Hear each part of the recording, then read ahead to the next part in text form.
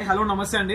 ఈరోజు మనకు వచ్చేసి త్రిమూర్తి కంపెనీలో 5 హైబ్రిడ్ వెరైటీస్ మన దగ్గర రావడం జరిగింది.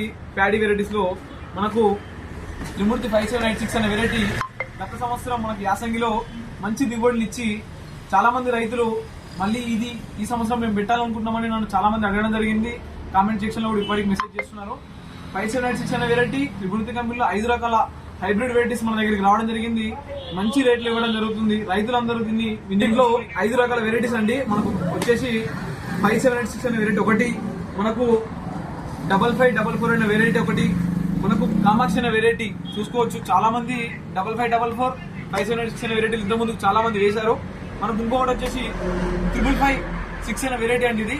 ఇది కూడా ఒక కర బాగుంది. మనకేంటంటే ఇవన్నీ కూడా ఇంకొకటి వచ్చేసి మనీ అండి.